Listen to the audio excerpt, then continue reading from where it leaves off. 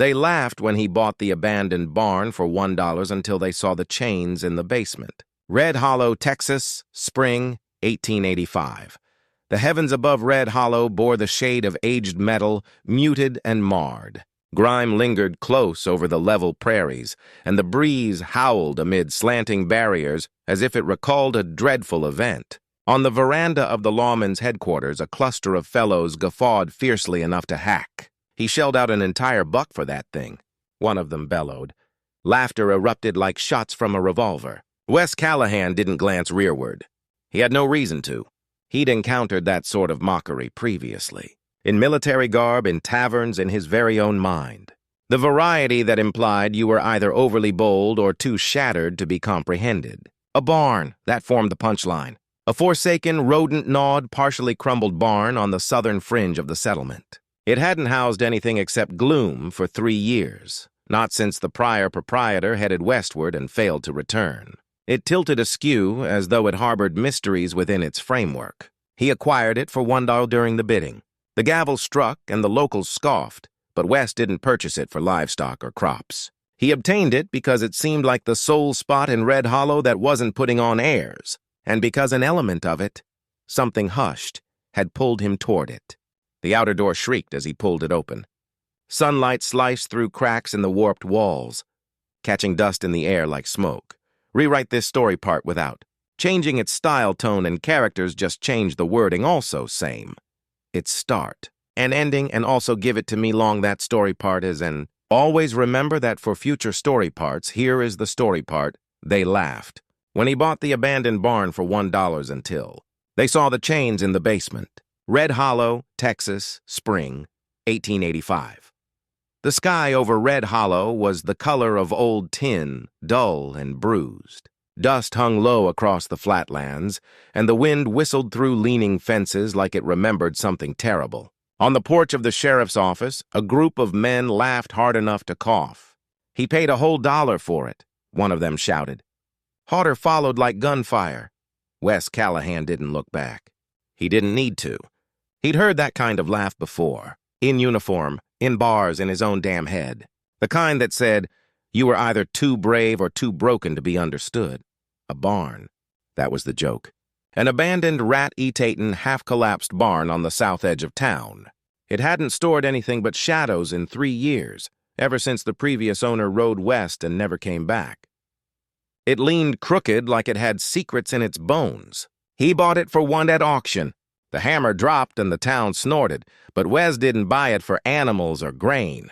He bought it because it felt like the only place in Red Hollow that wasn't pretending, and because something about it, something quiet, had drawn him in. The outer door shrieked as he pulled it open. Sunlight sliced through cracks in the warped walls, catching dust in there like smoke. Grok 40709A widow sold because she couldn't conceive. But the rancher with the baby girl asked her to stay. West of Abilene, Texas Territory, spring, 1876. The heavens expanded vast and boundless over the gritty central avenue of Cold Creek, a settlement too insignificant for proper enforcement, yet too resilient to fade away. Breezes whipped up dirt and quietude amid the battered structures. Under the overhang of Jeb Carter's supply and bidding hall, a throng assembled, part intrigued, part harsh, lured by the sort of display only a border community could allow without remorse. Clara positioned herself on the timber stage with arms crossed and teeth clenched firm, even as her pulse fluttered like a trapped sparrow. Her gown, formerly her most prized possession, draped wearily on her form. Grime adhered to the bottom like lingering recollections. She was 25, bereaved for 3 years, and for the past 8 months, something far graver. Unneeded. She lacks any value for bearing offspring, rasped Jeb Carter, the bidder, his tone scraping across the assembly like a damp rock. But she can prepare meals, tidy up, mend fabrics, and hold her tongue. We'll begin at $10. Whispers spread through the group. Some fellows snickered, others nudged each other. A couple hawked to the ground, feigning indifference while appraising her like livestock. Clara's nails pressed into her skin deeply enough to summon crimson if she persisted. A mother toward the front murmured to her lad, "Turn your eyes!" But nobody truly averted their gaze. Not entirely. not when disgrace arrived cloaked as fairness. Beneath her composed expression, Clara sensed a tempest. Her deceased spouse's kin had faulted her for the emptiness in the crib, labeled her doomed, auctioned her belongings, then traded her reputation. She had diminished to less than a female, less than a partner, and now less than an individual. $8, a voice hollered. 6, another rebutted, chortling. Damn, I'll offer 2 and a fastener if she stays silent. The assembly erupted. Clara shut her lids briefly, just sufficient to imagine she was elsewhere. And then the tone emerged. I'll offer 20. It wasn't booming, but it pierced the throng like a gunshot. Every face pivoted. A gentleman lingered near the rim of the walkway, one limb encircling an infant, the other draped over the frayed band of a hide pouch. His attire was simple yet neat, footwear soiled but properly maintained. His demeanor subdued, but it carried substance, like one who refrained from speaking unless intending to be acknowledged. Clara lifted her lids and met his stare. He didn't divert. A bystander grumbled, "That's Ethan Kerrigan, rancher over by Twin Ridge. His spouse perished last cold season." The infant in his hold fidgeted. A girl no older than half a year with wisps of ebony locks and drowsy gaze. "What in blazes does he need with a sterile lady?" Someone jeered. Ethan disregarded it. Advanced. "I stated 20 in coin." The hush that ensued wasn't astonishment. It was bewilderment, doubt. A decent fellow didn't purchase a female, and if he did, he certainly didn't overcompensate. Jeb Carter hacked to clear his windpipe. 20 it stands. Sold." Clara remained still. Ethan approached the stage, adjusting the infant to one side. He gazed up at Clara, and his words softened. Not for her ears solely, but for any who still presumed to eavesdrop. "You aren't an item to be acquired, miss, but you appeared in need of an escape, and I've a dwelling that's lacking more than merely a meal preparer." Clara regarded him intently. The infant peered up at her with a look devoid of criticism. Then Ethan performed an act nobody foresaw. He removed his headwear, and he spoke softly. "I'm Ethan. This is Kelly. We'd be privileged if you joined us at home." In that moment, the crowd faded. All Clara could see was a man who didn't see her as broken, a man who held a child like the world hadn't hardened him yet. And for the first time in a long while, she felt something other than shame. Maybe even hope. Rewrite this story part without changing its style, tone, and characters, just change the wording also same. Its start and ending, and also give it to me long that story part is, and always remember that for future story parts, here is the story part. Anne. A widow sold because she couldn't conceive, but the rancher with the baby girl asked her to stay. West of Abilene, Texas territory, spring, 1876. The sky stretched wide and endless above the dusty main street of Cold Creek, a town too small for law, but too stubborn to die. Wind stirred grit and silence between weather-worn buildings. Beneath the awning of Jeb Carter's feed and auction house, a crowd gathered, half curious, half cruel, drawn by the kind of spectacle only a frontier town could permit without shame. Clara stood on the wooden platform with wrists folded and jaws set tight, though her heart beat like a caged bird. Her dress, once the finest thing she owned, hung tired on her frame. Dust clung to the hem like memory. She was 25, a widow for 3 years, and for the last 8 months, something worse. Unwanted. "She ain't got no childbearing use," barked Jeb Carter, the auctioneer, his voice rasping over the crowd like a wet stone. "But she can cook, clean, sew, and keep her mouth shut. Let's start at $10. Murmurs rippled through the gathering. Some men chuckled, others elbowed one another. A few spat to the side, pretending disinterest while eyeing her like cattle. Clara's fingers dug into her palm hard enough to draw blood if she held long enough. A mother near the front whispered to her boy, "Look away!" But no one looked away. Not really. Not when humiliation came dressed like justice. Behind her calm face, Clara felt a storm. Her late husband's family had blamed her for the silence in the cradle, called her cursed, sold off her things, then sold her name. She had become less than a woman, less than a wife, and now less than a person. $8, someone shouted. "6?" another countered, laughing. "Hell, I'll give 2 and a button if she don't talk." The crowd roared. Clara closed her eyes for armament. Just long enough to pretend she wasn't there. And then the voice came, "I'll pay 20. It wasn't loud, but it cut through the crowd like a rifle shot. Every head turned. A man stood near the edge of the boardwalk, one arm wrapped around a baby, the other resting on the worn strap of a leather satchel. His clothes were plain but clean, boots dusty but well kept. His presence quiet, but it held weight, like someone who did not speak unless he meant to be heard. Clara opened her eyes and found his. He didn't look away, someone muttered. "That's Ethan Carrion Rancher out by Twin Ridge. His wife died last winter." The baby in his arms stirred. A girl not more than 6 months old with tufts of dark hair and sleepy eyes. They laughed when he bought the abandoned barn for $1 until they saw the chains in the basement. Red Hollow, Texas, spring, 1885. The heavens above Red Hollow bore the shade of aged metal, muted and marred. Grime lingered close over the level prairies, and the breeze howled amid slanting barriers as if it recalled a dreadful event. On the veranda of the lawman's headquarters, a cluster of fellows guffawed fiercely enough to hack. "He shelled out an entire buck for that thing," one of them bellowed. Laughter erupted like shots from a revolver. Wes Callahan didn't glance rearward. He had no reason to. He'd encountered that sort of mockery previously, in military garb, in taverns, in his very own mind. The variety that implied you were either overly bold or too shattered to be comprehended. A barn. That formed the punchline. A forsaken, rodent-gnawed, partially crumbled barn on the southern fringe of the settlement. It hadn't housed anything except gloom for 3 years, not since the prior proprietor headed westward and failed to return. It tilted askew as though it harbored mysteries within its framework. He acquired it for $1 during the bidding. The gavel struck and the locals scoffed, but Wes didn't purchase it for livestock or crops. He obtained it because it seemed like the sole spot in Red Hollow that wasn't putting on airs, and because an element of it, something hushed, had pulled him toward it. The outer door shrieked as he pulled it open. Sunlight sliced through cracks in the warped walls, catching dust in the air like smoke.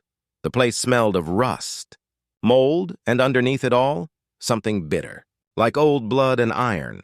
Wes stepped carefully across the warped floorboards. Toward the back of the barn, the wood changed. Subtle, but sure. 4 planks newer than the rest. Clean edges, different grain, and freshly replaced. He crouched down, ran his calloused fingers along the seams. Someone had recently opened this and sealed it again. He knocked thump, solid thump, solid thump. Then hollow. Wes stilled, his breath caught in his throat. He knocked again. Hollow. He pressed his ear against the floor. At first nothing, then a sound, a breath. Shallow, ragged, barely there and then scratching, fingernails on wood, slow, measured, not panicked, just trying to be heard. Wes's spine went rigid. He stood, pulled the pry bar from his satchel and slid it beneath the trapdoor's edge. The locks, 2 of them, thick and unmarked, weren't rusted at all. They didn't belong to a place this forgotten. That alone made his skin prickle. He wedged the bar in deeper and heaved. Wood splintered. Metal groaned. One lock snapped, the other held. Another sound came from below, whimpering. West's heart beat hard against his ribs. He grit his teeth and pushed again. The second lock gave way with a screech. He lifted the trap door slowly. The hinges groaned and a cold, damp draft rose to meet him. He lit his oil lamp and lowered it down into the dark. At first only shadows, then metal chains, then eyes. She moved before he'd time to think. A woman launched from the darkness, dragging a length of chain still clasped around one wrist. Here other arms swept something, her child behind her, as she rose like a feral spirit from a nightmare. Her face was dirt-streaked, sunken, jaw clenched with fury and fear. She raised the broken chain like a weapon and screamed, "Stay back!" Wes didn't reach for the gun at this hip, didn't raise his hands. He did the one thing no one in that town would have expected. He sank slowly to his knees, lowered the lamp beside him, and said nothing. Then he held out one hand, palm up, unarmed, unmoving. The chain in her grip trembled. "I didn't buy this barn to store anything," Wes said quietly. "I bought it to save someone. I just didn't know who."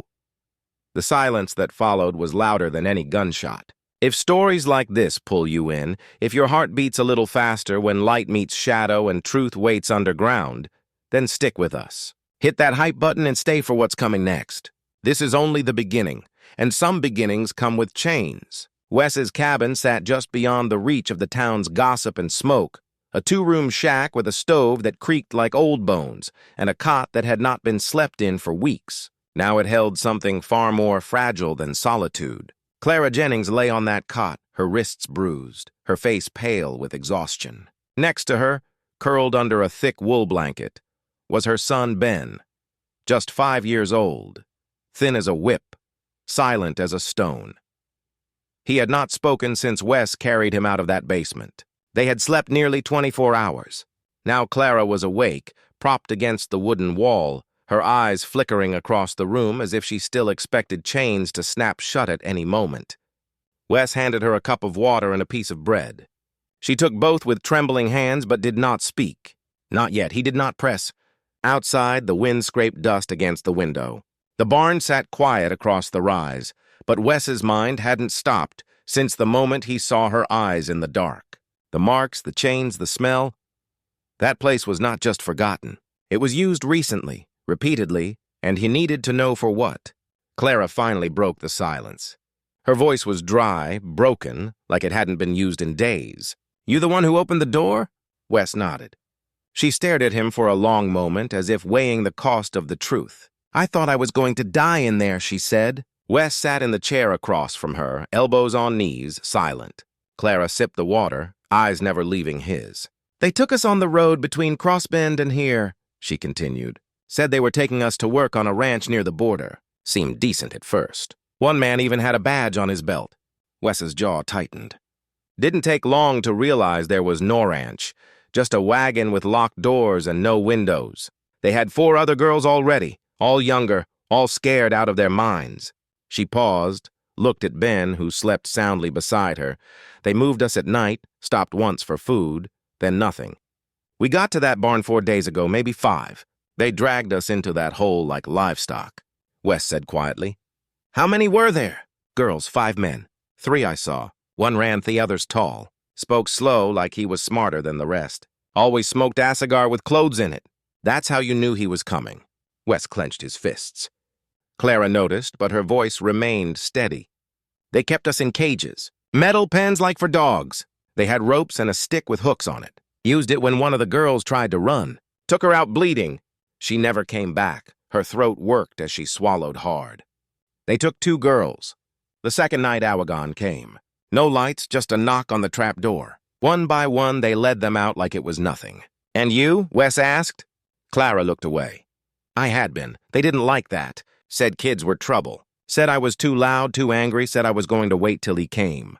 Wes frowned. "He?" She nodded slowly. "Thieman who pays the most.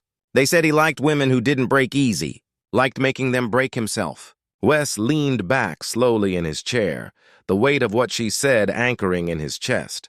She looked back at him. "You believe me?" He nodded without hesitation. "I believe every damn word." A long silence passed. Then quietly, Clara added, "There were names scratched into the wall, dozens, some with dates. I think it's been going on longer than anyone knows." Wes stood and paced. The room was suddenly too small, the air too tight. "You saw their faces?" 2 of them. One had a star tattoo on his neck. The other wore a preacher's coat, but cussed like a miner. "I don't know their names." "That's enough," Wes said. She raised her brow. "Enough for what?" He turned toward the door to start digging. Back at the barn, Wes inspected every inch of the cellar with Clara's voice in his ears. The cages were real, the chains, therapies, the marks on the floor, all of it. Vials in a corner, torn scraps of women's clothing, a ledger half burned but not entirely gone, and a smell he would never forget. He stood over that space, fists clenched. This was not just a crime. It was a system, and it had roots right here in the bones of Red Hollow. The Red Hollow Sheriff's Office was housed in a brick building that looked more like a dry goods store than a place of justice. A rusting sign hung above the door, swinging in the breeze, like it too had grown tired of pretending. Wes stood at the threshold for a long moment. Inside, Clara waited with Ben in his arms, wrapped in a coat 3 sizes too big and still too thin for comfort.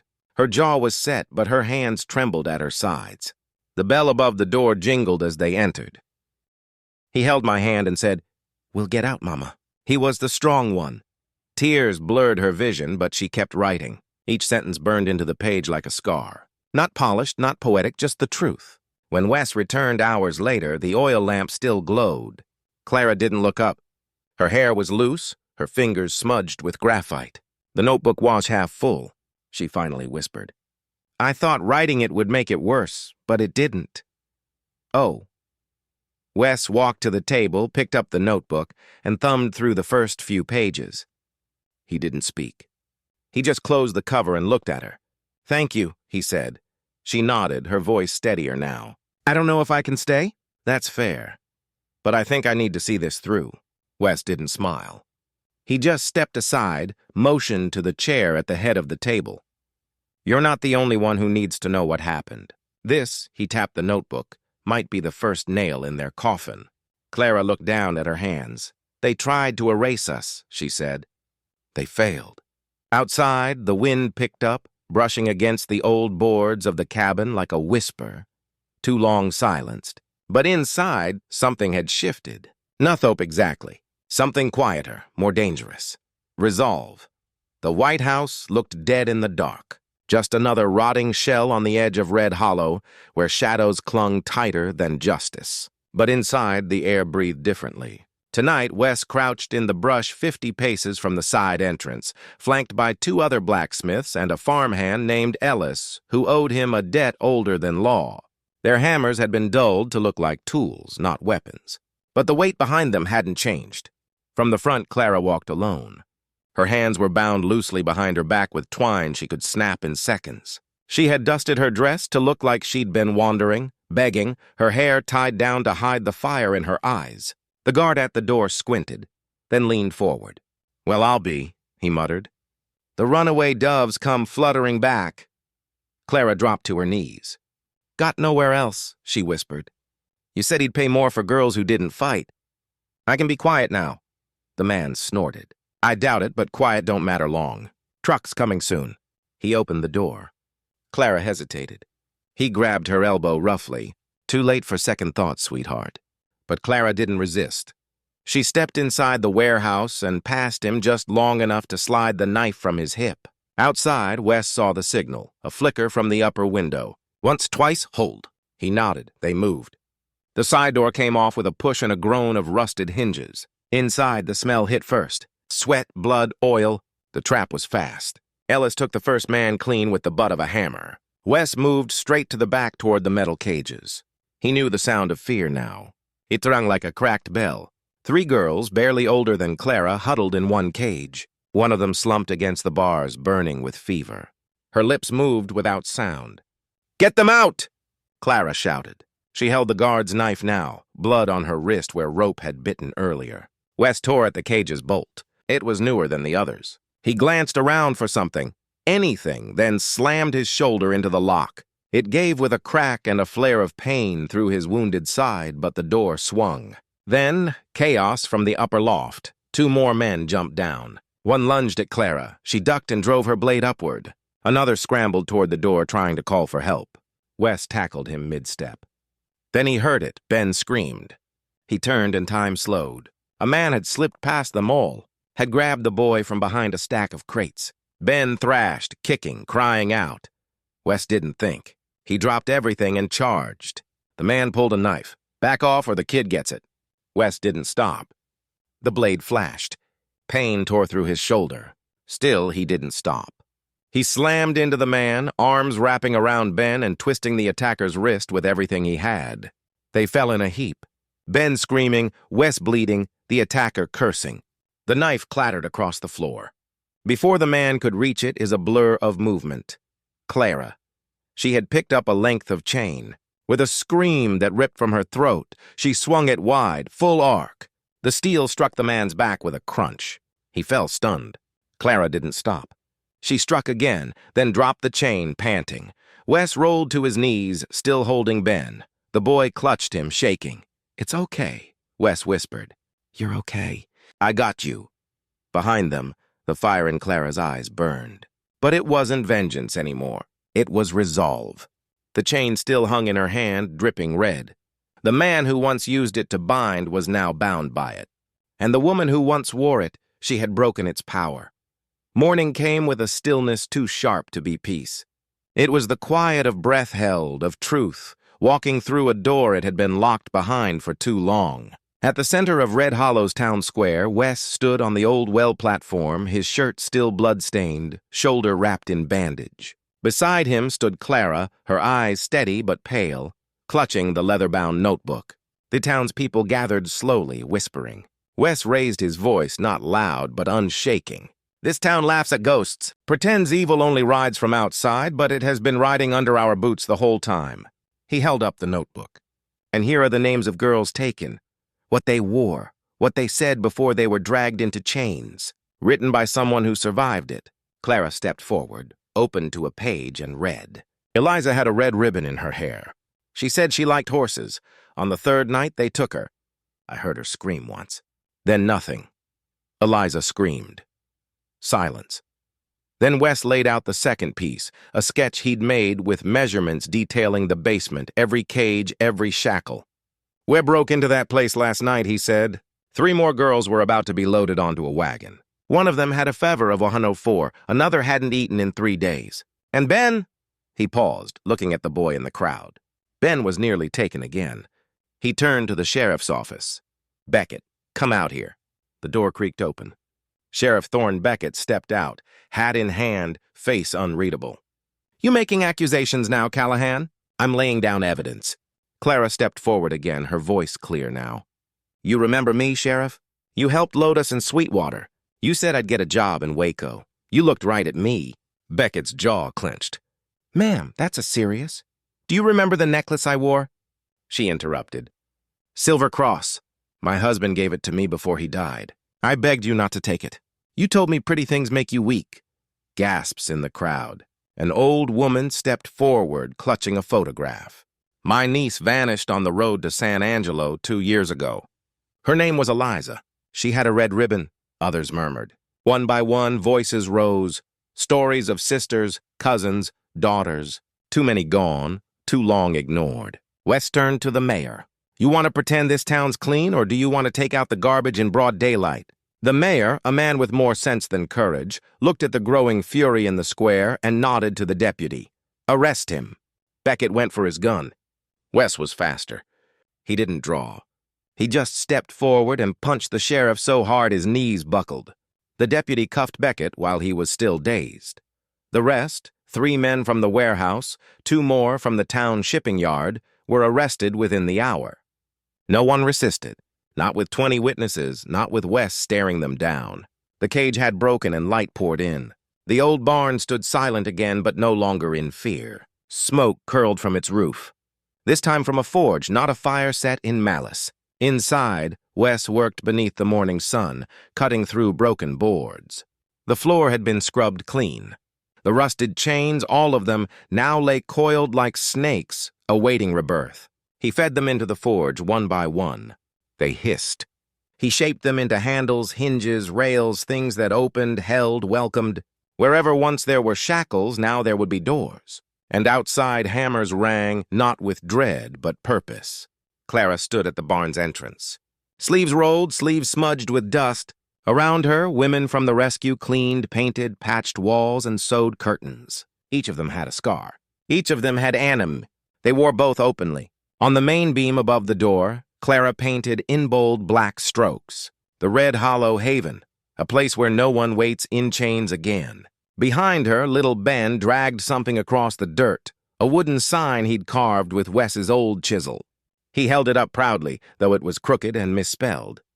"No one gets tied here no more." Everyone laughed, then teared up. Clara knelt down beside him. "May I fix the grammar just a little?" she whispered. Ben pouted. "But I like it that way." She kissed his forehead. "Then we'll leave it just as it is." They hung the sign right beneath the new door handle, the one Wes had forged from the chain that had once held Clara herself. That night, Wes sat alone on the porch steps of the barn. He ran his hand along the warm wood beside him, where there used to be iron. Clara walked up quietly, carrying 2 mugs of strong coffee. "You worked all day," she said. "So did you." She sat beside him. They looked at the barn, no longer a place of shadows. Its windows glowed. Inside, laughter rang, and somewhere someone strummed a broken guitar they had found behind the tool shed. Wes stared ahead for a long moment. Then quietly, they used to come here to vanish. Clara nodded. Now they come to be seen. He glanced at her. You made that happen. She shook her head. We did. Wes hesitated, then reached into his shirt pocket, pulled out a small object wrapped in cloth. He unwrapped it. A door key forged from the final link of the last chain.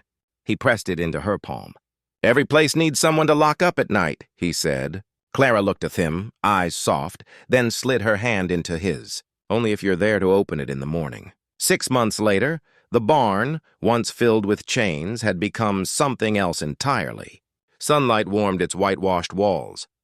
The sign above the door had been repainted, but still read the same, the Red Hollow Haven. Inside, children laughed over their lessons, while women chopped vegetables for supper or helped each other sew, mend, build. The place buzzed, not with fear or command, but with the hum of life being rebuilt. Clara walked through the halls with calm steps and sure hands. People listened when she spoke. She had earned that.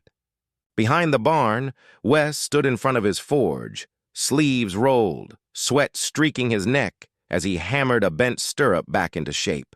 A few young boys watched with quiet admiration. He showed one how to hold the tongs steady, how not to flinch from heat. This was their rhythm. Now, day after day, working side by side, Clara managed the haven. Wes trained, built, fixed. They rarely spoke of the past, not out of avoidance, but because they no longer had to. Yet some things still remained unsaid. One evening, as the last light of the sun dipped over Therridge, Wes stayed behind to finish reshoeing a horse. The air smelled like warm iron and hay. Clara stepped out from the side door, 2 mugs in her hand. You always forget to stop, she said. Wes wiped his brow with a rag. The horse won't wait till morning.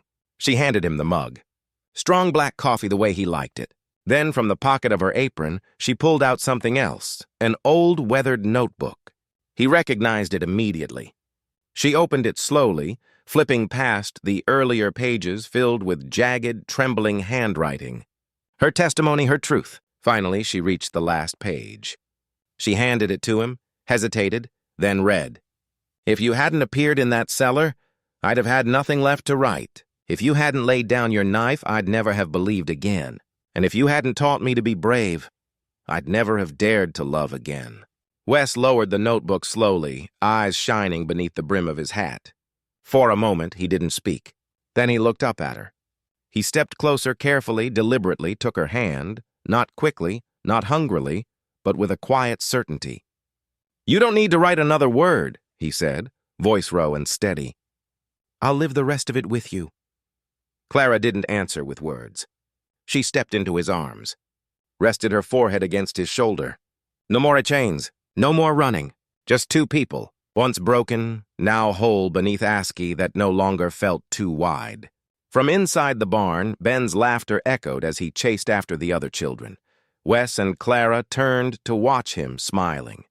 Above them, the old barn's porch light flickered on, no longer a warning, but a welcome.